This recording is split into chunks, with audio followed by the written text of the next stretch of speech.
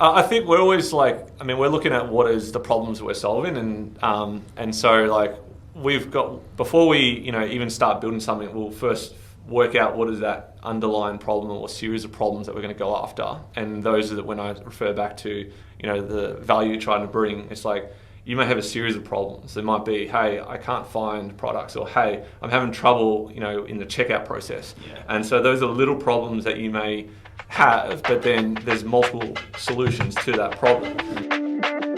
Welcome to the Creative and Code podcast. Welcome to the internet, my friend. Brought to you by ID Digital Agency. Kind of a big deal. Dive into the dynamic world of digital marketing, creative design, and coding with top experts, latest trends, and actionable insights. Let's get inspired and innovate together. It's showtime. Welcome to Creative and Code. Proudly By brought to ID. you by ID Digital. I think we're all a bit tired. Yeah. You've just been to Perth. Yeah, been to Perth. It's a really long way away. It's a long way away, the other side of Australia. And when you compare it, have you seen when they put Australia over the map of America, and it's the same width apparently? Yeah. Yeah. It's the equivalent of like flying from New York to LA. Yeah. It's a long way. Yeah. But it was good. Too far. It was good. That's nice good. weather. Fremantle. Yeah, Fremantle. Lovely. Although, yeah, I'm really tired now. It's funny when you have a break, you just go, and your body just Well, I mean, it relaxes. wasn't really a break. I did like 50,000 steps over the course you? of 3 days. So, Getting around. yeah, I was, fitting a lot in. So, I've got one of those things coming up this Friday. So I've got yeah? Friday off and the Monday because of Cup Weekend. nice. So 5 days camping in Torquay. And it's 28 people. So I think it's like 6 or 7 families, at least 4 people in each family, 2 kids minimum. It's going to be a chaos. 28. Jesus. You're going to lose a kid. That's so many people. Yeah, it's huge. Yikes. So yeah, I'm taking my laptop only so that I can DJ, hopefully. I'll take the DJ decks. And we're going to be doing, lots of walks and lots of beach stuff down at Torquay, bike riding. Nice. So it should be good. Because, I think it's quite good for your mental health to, get away. Oh, of course, yeah. And, so that's what's happening. Yeah, have a break. The question is, what is your DJ name? DJJ. DJ. Yeah. I'm not sure if it should be just DJJ or DJJAY. What do you think? I think DJJ. Yeah, I like that. Yeah, I can imagine the logo already, but no, I'm not Well, nowhere you near never that. know. I do a little bit of DJing in my garage. I record some of it and listen while I bike ride. I know that sounds a bit creepy, but it's fun. I think that's a new career opportunity. Could be. Add that to the website. We also offer DJ services. Well, once ChatGPT takes over pretty much everything, well then, because you can code. Well, let's get into the Wait, news. is ChatGPT doing DJing now? Is that what you're telling me? Well, from what I've seen, Spotify is kind of getting into the DJ scene. So you can choose like 20 songs soon. I think it's next year. And it will put them into the right order based on beats per minute. It'll also figure out where it can ease out and ease in. And it will beat match and all that for you. I feel like with a lot of those, I think DJing is an art beyond just fading songs in and out. And I think that's something that Spotify will never be able to really I don't know. do in an interesting way. I've seen a lot of crazy things this year. Yeah, I don't know. I feel like maybe at some point, but it's it takes all the creativity out of it. And isn't that the fun part about DJing when you're how would you even think about integrating those songs? There's so much creative. Like sometimes you'll start with a song that hits hard from the start, or it's like beats, and then more things come in. And you can really mix in other really cool stuff that creatively I don't think a chat system exactly. I don't think it could do that, the AI. Well, I mean, it's the same with basically all art. It's it would never, I mean, that's a broader conversation about AI. But I feel like DJing is one where, I don't know if I like it. Anyway. All right, a bit more news. Good news, everyone. Uh-oh, I don't like the sound of that. Canva. Have you seen the latest news with Canva? No. So about 2 weeks ago, Canva issued emails out to their existing customers, those that are on paid plans. Apparently, the top tier paid plan is $120 a month, right? And Canva has just said, because we've introduced all these new automated things and, AI-based stuff and that their plans are $500 a month now. Holy. So Oh 4 my times God. the amount. And apparently Canva people are now switching back to Photoshop Well, Express. And because like- Canva was meant to be the Photoshop killer. Yeah. And now, yeah, everyone's on it. So they've done that kind of, we've got huge amounts of people. Yeah. And yeah, let's raise our prices. But not slowly. Yeah. Let's just raise a them 4 huge times. jump. I don't like that because they're forcing people to like, oh, here's all this AI stuff that no one even asked for, and surprise, we're going to charge you more for it. Like, Exactly. nobody wants it. And they're Canva files. So it's not like you can take them anywhere. They're Well, all web-based and browser-based. you can export. Yeah, look, Convert them to a Photoshop layer file. I mean, or I don't MDI. use Canva, but I know certainly. I feel like the problem is Canva maybe thinks it's more than it is. Like, I think Canva is amazing for like social media purposes and things like that. And I don't know that would be worth $500 a month. Like, you'd have to be using it for like full on like design, like the kind of stuff you would do in Photoshop and etc. And I'm sure to there's make it companies worth out that. there. Or Yeah. you think about like other social agencies that are smashing out posts every day or creating yeah. templates for people. Canva's amazing Could for be that. big. But like, that's why I feel like, who do they think they are? $500 a month? It's Do a they think lot. they're Adobe? I mean, it is their top tier plan. I'm sure a lot of people are on it, but yeah. Go and check it out. It's interesting. If you look up Canva pricing news in Google search, you can see a lot of people are disappointed. I mean, it's also, they're Australian, right, Canva? Yeah, they started here, didn't they? I think so, yeah. Yeah. So I I don't know feel like where they that are makes now. it like, Adobe, you're like, yeah, they're an evil corporation. Makes sense that they're going to make their prices stupid. But Canva, like, you're supposed to be a nice Australian company. But then Adobe's, you might have seen their Firefly presentation a couple of weeks back as well, and all the With amazing the- things. Yeah. But One that's- thing I really liked about that was the AI, like Different adapting sizes? to different sizes. Yeah. Yeah. Like that, I feel like that It was amazing. Like that would someone save me had a lot of created, time. someone had created a poster, and it had all the details for an event. I think it was. Yeah. And then they said, "Yeah, I need it in this size," and it intelligently put it all together Yeah. into a banner and size. like not even just like badly, like it went from like a landscape, like a really long vertical banner, to then like a completely different size, and Yeah. it rearranged all the items and extended the images so it fit, and like that would be incredible. Because I hate having to, I've got a really nice vertical design, and then like, great, now I have to figure out how this Yeah. fits on a landscape. Yeah. Or the client likes it so much, like, we need it for a banner. And you're like, You're what? like, that's not the intention. Yeah. Oh man, that would be really good. Yeah. So hopefully when that rolls out, I feel like this is the kind of thing I feel like AI actually comes in handy for. It's not making the design for you. It's like saving me the time of having to adapt the design to 10 different things. It could just do it for me. So Lots happening in Canva and Photoshop, which is interesting. Yeah. On the other side, ChatGPT just keeps going and going. I've now got the Apple Intelligence on my phone, which is quite cool. Haven't used it a lot, but basically if Siri doesn't know the answer to something, it says, would you like to try ChatGPT? You hit yes, and then you get the ChatGPT experience. And you can connect your ChatGPT paid plan account if you wanted to, or just your unpaid plan account to Apple now in the settings. And then everything that it knows about you, it inherits straight away, which is quite cool. Could be invasive, but for me, it works. It's really cool. I'm scared about that. And another thing on ChatGPT I saw this morning is that you can now do a web search straight away. So it's a live search. So I tried it. I put the results into ChatGPT. So I basically just looked up ID Digital Agency. And rather than going to the website, it provided a summary of the services, who we are, where we're located, just to give a snapshot. And it was awesome. But did you have to like manually tell it to search the web, or did I you just said search ID Digital Agency. Oh, yeah? It just It came just up does and it? found Okay, the yeah, details. cool. Yeah. So I didn't enter a web address. I didn't know if that would work or Yeah, anything. it just but does it. So is that who It was does that amazing. even connected with? Bing? I don't know. It's a good question. Like who is it? Yeah. Yeah, if anyone knows, comment. That'd be interesting. We need some Yeah. comments. I haven't even checked the comments, but we'll have a look at that later. Let's get our guest on. You have my curiosity. Now you have my attention.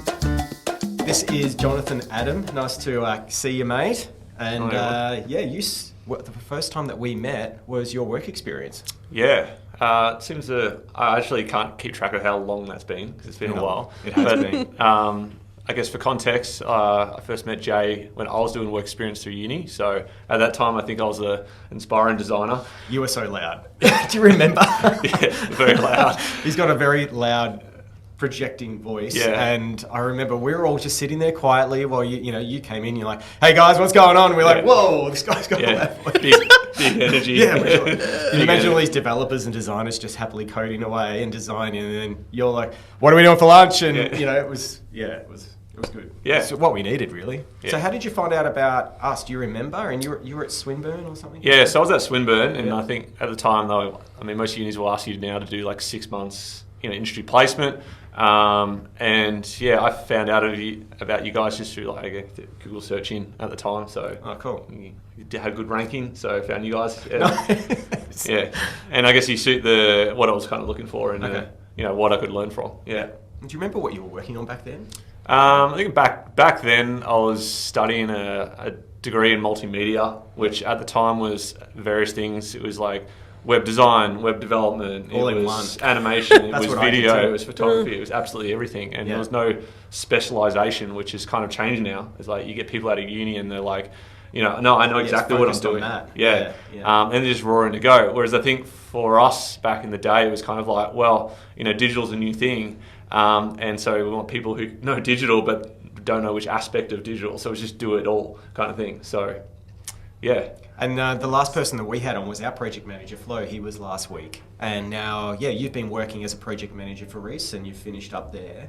How did you find becoming a project manager? Because we were talking about that as well. It's not really something that you dream to be. It's something that you kind of move into. Yeah, so product management. Project managers and product managers get clumped in kind of under the same thing. How I became a product manager, because I think it's a hot topic right now and everybody's really interested in the role. I came from doing, I guess, managing websites for the likes of Ryobi, some AG, some Hoover, some other brands. And at that time, it was just e-commerce sites.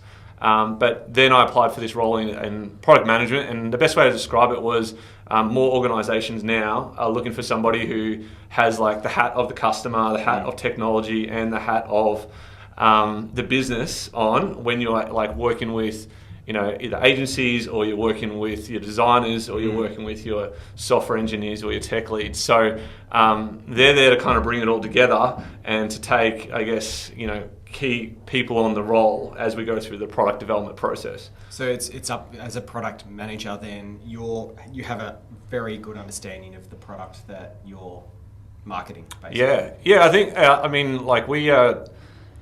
they coined the term like you're the CEO of the product. Like you have to kind of be responsible for it, and that's the way we feel. We feel like we're directly responsible for the whole team.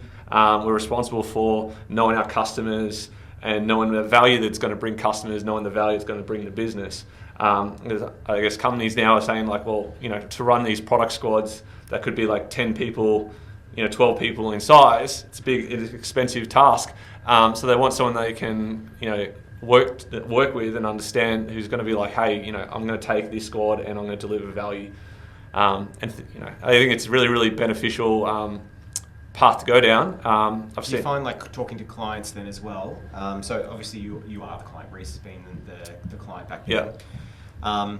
Was there a particular category of product that you focused on? Or was it, was it a tap, a handle, or whatever it was? So I think those are like, that's kind of the more traditional product manager. And I think like now digital's kind of coined this term product manager, and they kind of do similar things. Like they're thinking about the market, they're thinking about selling the product, whether it's a software product or a physical product. So at Reece, my specialty was payments.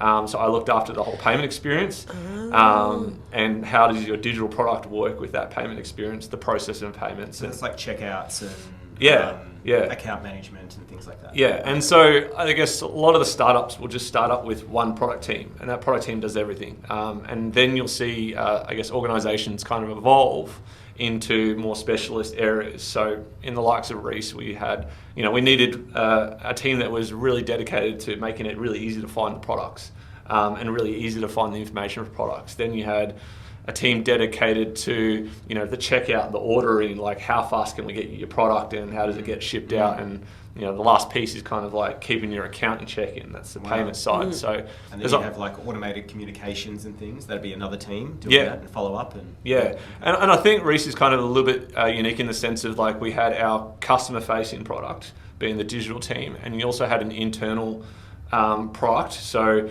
it was kind of like no like out of the box solution, because they realized that nothing was going to suit their requirements. And so, you know, you could look at likes of Salesforce and other big companies, and you know, yes, they did use those brands, but they realized quickly early on is like we have to build our POS systems, we have to build our digital experiences because it's just a complex business. Fully integrated too. But yeah, a lot of more like smaller companies get a lot more benefit by plugging into some third-party softwares, and they do a really good job at connecting your marketing, connecting your ordering all together. So I think it's just, as businesses scale, their requirements change over time. Makes sense. You mentioned in my pre-reading something about like an agile model for kind of product management. Yep. I'm interested in hearing about that because obviously this is kind of the first we're hearing about, well, from my perspective, product management. Right. So how do you kind of apply that model to actually, the everyday management of the product?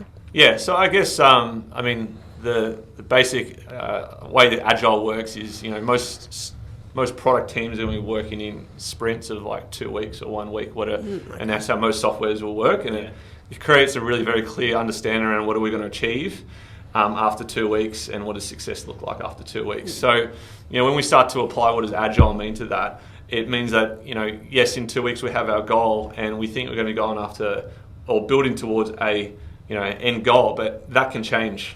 And the following week, it could be very different and based on the needs for the customer. So we can pivot very quickly to be working on one piece of work, and then by doing discovery, by speaking to customers, by working through another solution, we may find, hey, this is actually going to render more benefit than the other thing we're working on, and it's actually a lot easier to build. So we might just park that other piece for a bit, and then we'll prioritize something else because it's going to be less effort. Yeah. So the way that we're using Agile is we are trying to deliver value very, very fast.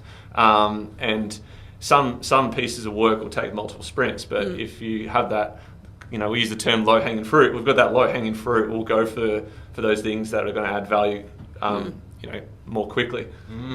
And do you find that with the low-hanging fruit that you can do that, maybe the priorities are lower, so that when the higher effort, the higher value stuff is done, that you can just chip away at that afterwards? Yeah, and absolutely. And I think that's like quite a mature way of looking at it. Is like it's the nature of it is some pieces of work are complex. They do take time, but the agility is like knowing that, hey, we're working on something big, but then when those opportunities come up, is having a company that is mature enough to say, hey, we know that we need to take a break from that and just put out some more value and come back to that. I think if you get stuck in like a long-term project, even sometimes your requirements change and our customers change, and I think it's worth understanding that as well. Is if you get stuck working on a 6-month, 12-month project, your requirements might be completely different by the time you finish it. So I think it's that agility about like iterating and delivering value very in small pieces, and then constantly just pulse checking with your customer. Are they enjoying it? Is it achieving what we wanted to? Because you may realize that first piece of the puzzle that you were building up to over 12 months or 6 months worth of work, you know what? The customer doesn't care about that. But luckily we learnt really, really fast early on, instead of trying to spit out an entire website. We've created little pieces of value along the way. And how do you find then managing that and understanding what the customer needs are? Are you using tracking or, not personalised tracking, but things like Hotjar or analytics, Google Tag Manager? I'm sure there's more advanced things in there too that you're using to understand that customer, or is it really just calling them up and saying, what do you need? Yeah, I think we're always we're looking at what is the problems we're solving, and so we've got, before we even start building something, we'll first work out what is that underlying problem or series of problems that we're going to go after, and those are that when I refer back to the value you're trying to bring, it's like you may have a series of problems. There might be, hey, I can't find products, or hey, I'm having trouble in the checkout process, and so those are little problems that you may have, but then there's multiple solutions to that problem.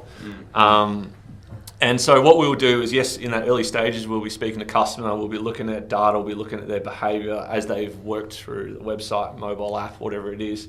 And then we've kind of got a picture of them before we start doing that work. Another thing that we've started, which is coming more prominent now, is the adoption of prototyping, which is, I guess, if you think about it, people know what a prototype is. A prototype is something that will work, but it's a small piece of functionality that works.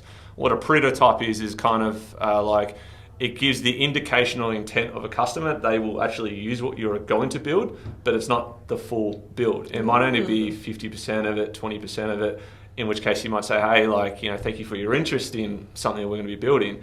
And you might just release it to a small sample size. So it's kind of like Google Labs, where yeah, it exists. It's not the whole thing, but it's just to check to see if this is something that people are interested in. Yeah, and that gives you a lot more confidence when you do then, you know, put your team onto something to say like, hey, you know, we know that they've passed a prototype, and it might only be to a small sample size of 100 people, and that prototype is like, hey, you know, maybe the goal was, hey, we want 10% of people to adopt it, and great. They're doing that, and that 10% was enough value for us. So when they actually start doing the work, you've already validated, hey, they adopt it. It also then gives you a success metric at the end of it all. So when you do release something, you could say, hey, we want 10% of our customers to, you know, use this tool. And they do that in the real world too. You look at all the kind of fast food chains or the cookie place that in America, and they brought the cookies over in a suitcase. They're kind of testing to see if this community or this Australia is after those types of things by having pop-up shops or whatever. Yeah. And then if they're super popular, Krispy Kreme did that too. Yeah. Then they come and establish. So that's kind of your physical prototype. Yeah. And then your prototype digitally is what you're talking about, which is cool. Yeah. And it helps too. Like if you're going to spend 6 to 12 months on development, coding, testing, QA, all that stuff, and then no one uses it, Yeah. someone's going to have their butt smacked basically, virtually. And it's better to avoid that. Absolutely. By doing those things. Yeah. How do you measure customer satisfaction in that scenario then? Is it just based on the amount of people who kind of uptake use of... I think that is a really good point, is like, you know, there's one thing is delivering a feature that people use, which is that value side, but it's also like the side of it is, do they actually enjoy using it? Which is more your design, your user experience side of it. And so I think we will, I guess, put metrics in place to understand like what is people's current satisfaction with their experience. We're not going to directly ask them, do you need this? But we're going to be like, you know, how do you find the ordering process or the payment process or the checkout, and get your baseline there, and then, you know, then check again later on to see, hey, did you make an improvement to that baseline? I've seen some really good ways that companies are doing, like, I think Hotjar is another one that they'll use, is like you progressively will ask different questions to understand like their satisfaction. Now, most companies know NPS, which is just like, would you refer this company to another person, or, you know, basic questions like that works well. But like, I guess digital teams look for a bit more granularity. So asking them, you know, how did this make you feel? Or like, did you find it was efficient to do this, or was it like slow? So understanding those granularities of like what the customer experience is will allow you to iterate on something that's already there, and just constantly improve the experience. In terms of like a team chart, like product manager, whereabouts do you sit? Is there a project manager above the product, or are you online and then you're working with designers and developers to achieve? Yeah, so it Could be different. It depends on the size of the organisation. Startups will typically just have a product manager report to your CEO, the CEO of the product. In a larger organisation like Reece, you will have your product manager report to your head of product, or if there's multiple product squads, you might have a product lead who's responsible for the product managers, who then are responsible for the squads. Wow. So if you look at it like that, it can be granular, like levels to it all. But I guess ultimately they realise that there's no one closer to a problem or closer to a customer than these product squads. And within these product squads, there's a term coined by Teresa Torres. She has a fantastic book on continuous discovery, which is about like constantly speaking to customers ongoing with your surveys, your phone call conversations you were talking about, and not just doing it like a one and done thing. Something that she talks about is like this trio, and your product trio is your tech lead or your senior developer, your product designer, and your product manager. And in essence, this team get together and they do the discovery, they look at the data, they look at the technology, and that team will work together to understand, you know, is it worth building, and learn together. I'm really big on actually having the whole team learn together, because I feel like, what you don't want is you don't want this distance between just cards coming through for your developers, and they don't build that emotional connection to what they're actually building. It's just another website, it's just another little feature. But when your trio starts to learn something, you then get your product teams involved in it, get them speaking to customers or listening to interviews. And then when they're actually building like something, they'll be like, hey, I remember that person I spoke to that I'm solving this problem for. Yeah, and there's a real connection there. Yeah, absolutely. A real reason, rather than it just like it's like cards, which would be like a Kanban board or whatever. Yeah. That they're just like ticking things off and they never stop. It's like it keeps coming in. And that's what we find too, is that it's better to put also the designers and the developers and all that in front of the customer, because they'll be listening and they're like, oh, I've got this idea that I've seen, and it'd be like those types of things really come out really well too. Yeah. Interesting. Anything else? I'm trying to think about what else. I want to find out too from a fitness regime, because obviously, there's a lot of talk about it. How obviously you're a fit fella. How do you and I can tell your brain's buzzing with all this stuff, right? Yeah, I love it. Yeah. How do you get your time to kind of chill out, even though you've got a 9 or 10-month-old baby now, right? Yeah. And you got a family, and you got your work, and you're transitioning to your own consulting at the moment. How do you get? What do you do for fitness? I know you do golf and things like that, but what keeps your sanity in check? I think I've learned over time is I've learned that I've got most people working from home now, so I've got a little office area in my home. And I say to myself, look, when I'm in there, my brain's going. So it's going now because we're on a podcast. And it is always going, so it is hard to switch off. But I then I'll make sure I have time blocks throughout the day, whether it's 5 minutes or half an hour. I'll either go for a walk or just spend some time outside. And that's more just about clearing your head. It might be the walk to keep the fitness side up. Yes, I try to play around at golfing once a week or twice. Well, not really twice a week anymore right now, but where possible. Yeah. But I think it's really important for people's health, to make sure you give yourself that time back. And we talk about work-life balance becoming really, really important. And I think just being able to. It's easy to get stuck in the zone. I've seen developers, work on code for 6 hours, 8 hours, and they just keep going and going because they're fueled by it and they're excited about it. But you do need to take that 5 minutes out, that 15 minutes out, just reset your brain and get back into it, because otherwise you get a bit of burnout. You don't want that. Yeah, you're not thinking clearly as well. Yeah. Yeah, I feel like that probably feeds into the way you are a product manager? Product manager. Anyway, it's like project managing your life as well. Yeah. So what's next in terms of you're kind of starting on consulting? What do you what's the end goal? You're an ABN and all that stuff. Look, I think before I became a product manager and was owning websites, I did marketing, and there was lots of small businesses that I was kind of helping along the side there, and I've moved out of marketing, moved more into the tech side now. I think I'm still in that position right now where, because I'm transitioning, away from Reece, done with them. I'm now moving on into yes, I'm happy to be consulting other businesses, and I mean, obviously this chat is going to be helpful for you guys as well as helpful to other, digital companies, or even just clients for that matter to understand.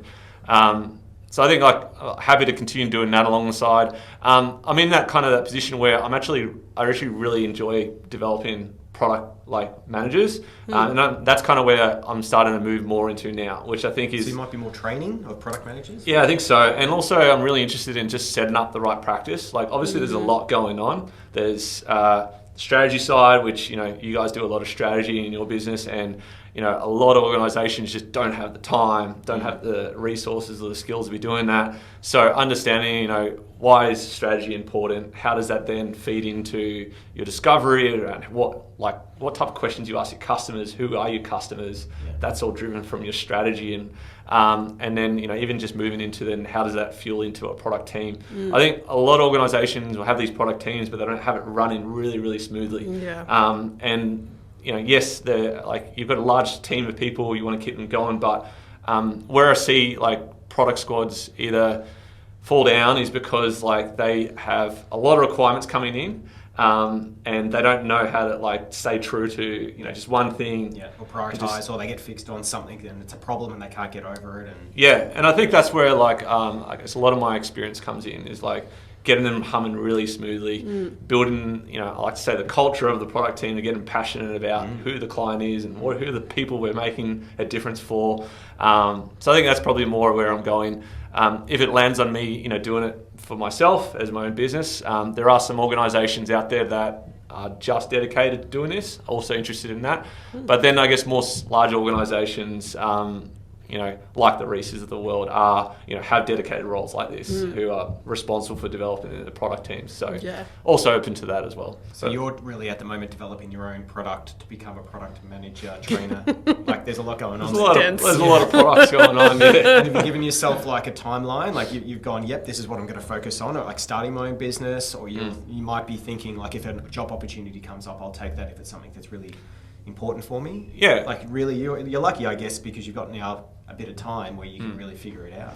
Yeah, and that's where a lot of people say that I'm lucky, is like a lot of people just go Could be daunting, I'm sure, too. They go from job to job and they don't really have time to reflect. Right now, I'm making the most of the time with my young daughter.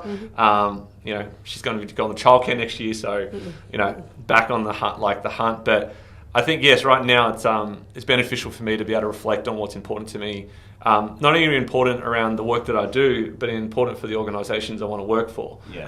And I don't think a lot of people actually take that time to do that. For sure. Understand what are the values that you look for, that you have, and then using that as a guide to say, well, what is the work that I want to do, or who's the company I want to work for, that and does that resonate with me? Interesting. There we go. Yeah. Should we do speed round before speed you round? go? Yeah. Okay. This is the exciting bit. Okay. So, creative or code? Creative. What's your favorite design tool? I'm going to say... I guess Could be product. Yeah. I don't know what the equivalent is. Yeah, we use Miro. Yeah, I probably use Miro the most. I'll say Miro. Yeah. Nice. What's your favorite website? My favorite website. Basketball.com? I don't know. Probably. Like your most frequent. Probably Instagram is most used site. Classic. How many hours per week do you work? Well, currently, probably I think like 5 hours a week, because I'm just focusing on being dream. a parent. Yeah. That's so but good. typically, that's work in its own way. Yeah. In the past, I was probably doing about 40 to 50 hours a week. Goodness. Yeah. What's the first app you open every day? First app I open is probably also Instagram. So far, that's the consistent answer. Everyone opens Instagram first. Yeah. Do you prefer coffee or tea? I'm a coffee person. Nice. Dark mode or light mode? Dark mode. Yeah. Mac or PC? Mac. Nice. Work from home or work from office? I would like, I would probably say work from home, but in saying that, I'm hybrid. Yeah.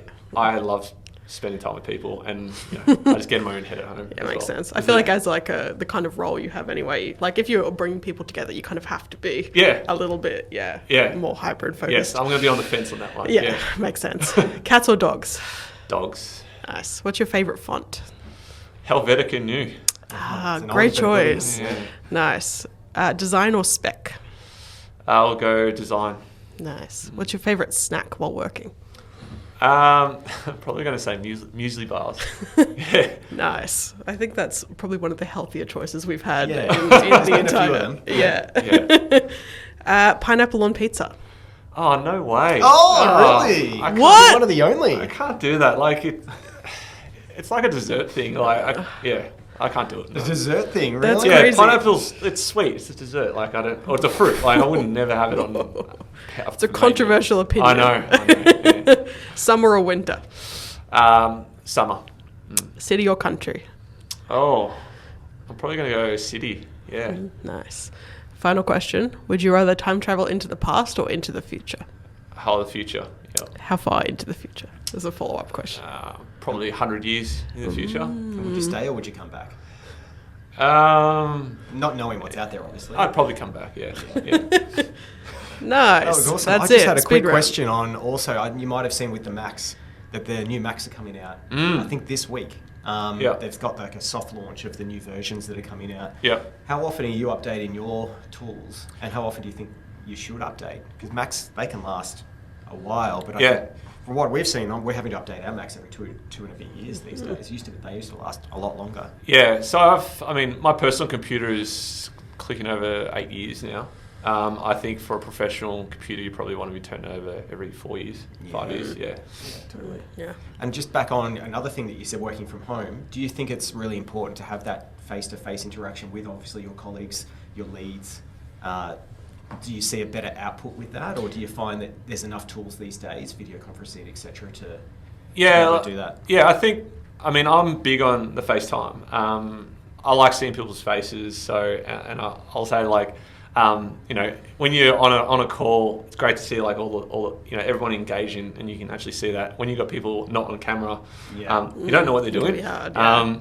And I have found that some people will be a bit more disengaged if they're not on camera versus the people who are engaged who are on camera. So there might be something there. I tend to balance it out. So I think the face-to-face activities are all collaboration, workshopping. I think that's the best way you get out of people's face-to-face time. The in-person stuff. So I don't I think that you got to, but everybody's different. I think that I find the best collaboration is done in person, and the workshopping, the creativity side of things. But at the same time, I think you got to work within what you feel comfortable doing. I work with some developers who, they're least productive when they're in the office. Because just talking away and having a good time. Chatting away. That can be, But then when they're at home, I'll see them absolutely gunning it out, and they'll smash it. And it's just because they're in a different environment that suits them. So I'll say, they can. Especially if you're in an open plan office like we are, where everyone can hear what everyone's doing. We've had some recent rule changes where if you're on a call for longer than, 10 minutes, you've got to be out, you've got to be in a booth or something, which makes sense, and I see it now. Yeah. I was objecting against it because I like my big screens when I'm meeting, but I think, it's so important to have that time at home. If you've got a particular task, you can smash it out in a day. No distractions. No distractions, exactly, You put your headphones on, which Emily's got on most of the time too, don't you? Yeah. Yeah, but for some reason as well, because I'm 3 meters or 4 meters away from Emily. I'm like, Emily, she always hears. Yeah, You must I'm have it always down low tuned enough. in. You're hearing the goss that's Yeah, of going course. on. I like to be in the know with what the gossip is. Yeah, exactly. Anyway, so that's why I like The Office. Yeah. There's gossip to hear. Well, that's where you form good relationships and build trust, and exactly. That's where the fun side of working together comes from. Yeah, exactly. Right? Makes perfect Balance sense. is good too. Yeah, interesting. And Nice. do you know what you might be calling your business? Bit of a plug? No, I don't. Just search Jonathan Adam Consulting, maybe in the future. You'll find me on LinkedIn. That's the best place to go. So if you want, We'll share it on the notes. help developing your processes and your product. But otherwise, right now I'm pretty open, and we'll see what happens in the next 6 months. Yeah, never know. Exciting. Thanks for popping in. That's all right. Thank you. It's lovely to chat with you guys. Thanks for tuning in to the Creative and Code podcast. That's all, folks. We hope you enjoyed this episode and found it as inspiring and entertaining as we did. Remember, there are plenty more episodes to explore, so make sure you keep listening for more creative insights and coding tips. A big shout out to our amazing sponsors and the team at ID Digital Agency for making this podcast possible. Got a story to share or want to be a guest on our show? We'd love to hear from you. Send us a 2-minute or less audio clip to creativeandcode@iddigital.com.au. Suggestions, ideas, or just want to say hi, we're all ears. Thanks again for listening. Until next time, stay creative and keep coding.